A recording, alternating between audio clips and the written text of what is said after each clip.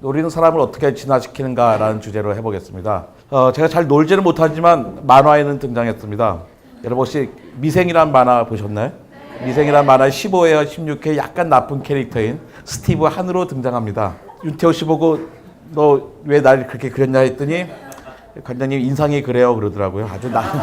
아주 나쁜 태도입니다. 저는 겉인상과 상관없이 되게 착하고 친절하고 나이스해서 우리가 지금 인간이 되기까지는 사실 긴 시간이 걸렸습니다.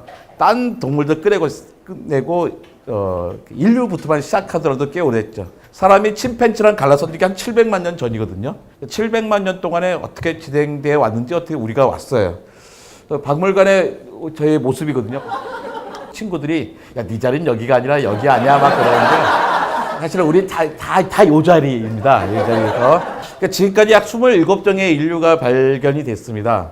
여기 보면 이족 보행이 긴가 민가 하는 종이 있는가 하면 확실히 두 발로 이제 걸었다는 정도로 나눠지게 됩니다. 근데 우리가 사람에게 이 모습을 갖게 되는 데가 중요한 게 유전자라고 막 이야기하잖아요. 근데 과연 유전자가 그만큼 중요했던가를 고민해 볼 필요가 있는 것 같아요. 침팬지하고 사람하고요. 유전자의 98.8%가 똑같습니다. 단 1.2%밖에 차이가 안 나요. 심지어 쥐하고도 별 차이가 안 나요. 쥐하고도 96%나 똑같습니다. 근데 쥐하고는 우리는 어마어마한 차이가 있는 거죠. 저하고 원빈 씨하고 유전자가 얼마나 차이가 날 것 같습니까? 약 300만 개 차이 나고요. 0.1%가 차이가 납니다. 저희 집사람이 이걸 보더니 야, 0.1%에 그렇게 커다란 차이가 나냐 막 그러는데요. 그거 잘못된 태도고요. 원빈과 99.9%가 똑같은 삶이구나. 원빈의 99.9%라고 바라보면 상당히 인간이 이제 인생이 행복해질 수 있잖아요. 저뿐만 아니라 여러분도 마찬가지로 원빈과 99.9% 똑같다고 생각하시면 되죠. 그러니까 우리는 그만큼 아주 작은 유전자의 차이밖에 없습니다. 유전자 때문에 우리가 전혀 다른 생명으로 다른 삶을 사는 건 아닐 거라는 이야기를 드리고 싶은 거죠. 인류는 다른 동물들과 전혀 다른 놀이들을 해왔습니다. 첫 번째 놀이가 나무에서 내려오는 거였어요. 사람같이 아무것도 없잖아요. 뿔도 없고 이빨도 없는 동물이 나무에서 내려오는 것은 커다란 모험이었습니다. 나무에서 내려올 때 첫 번째 아르디피테쿠스라는 데 보면요. 내려오게 될 때 발바닥이 단단해졌어요. 이게 아주 중요한 행운입니다. 우리가 일부러 발바닥 단단해지는 거 아니잖아요. 발바닥이 단단해지니까 앞으로 걸으면서 지구를 뒤로 밀면서 앞으로 이제 가게 되었던 거죠. 발가락이 바뀌기 시작하니까 다리가 바뀌니까 골반이 바뀌고 등뼈 바뀌고 머리뼈까지 계속 변하게 되었던 거죠. 그러니까 나무에서만 내려오는 그 모험이 침팬지하고 우리가 거의 같은 유전자를 갖고 있음에도 불구하고 다른 모습으로 살게 되었다는 겁니다. 최종 결과는 이겁니다. 머리가 크게 되었습니다. 침팬지는요, 이게 내장들이 아래로 쭉 처지잖아요. 그 살갗에서 받쳐줘요. 그래서 골반도 평평합니다. 호모사피엔스는 모든 내장이 아래로 쏟아지잖아요. 그 내장을 받아주기 위해서 이제 골반도 이제 둥글게 생겼죠.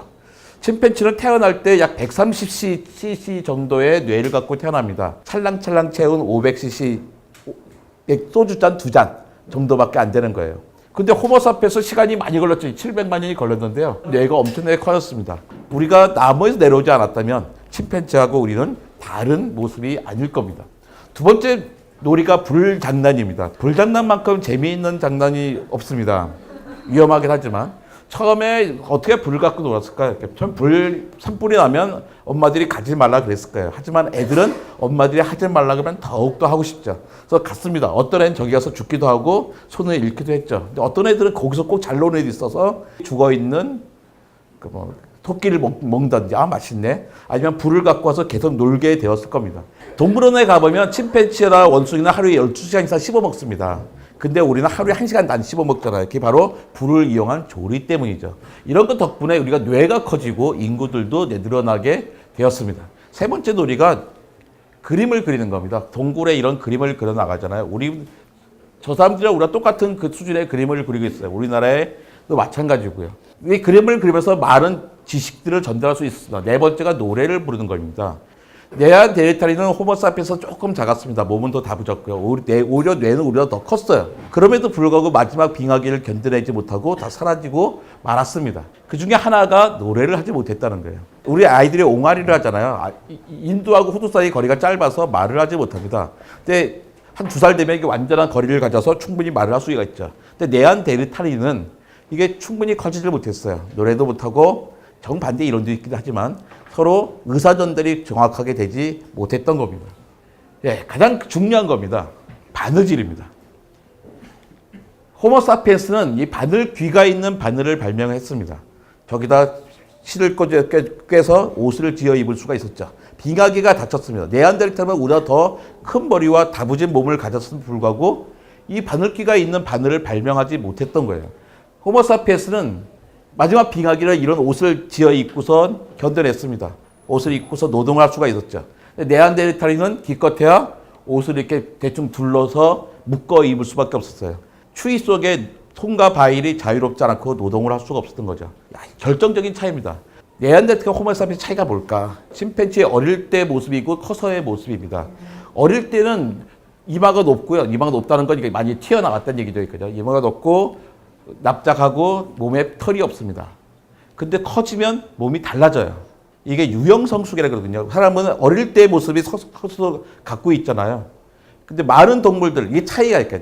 어릴 때의 모습이 오래 간다는 것은 어린 시절이 긴 동물이 있고 어린 시절이 짧은 동물이 있습니다. 호모사피엔스는 어린 시절이 상대적으로 길었어요. 근데 네안데르탈은 그러지 못했어요.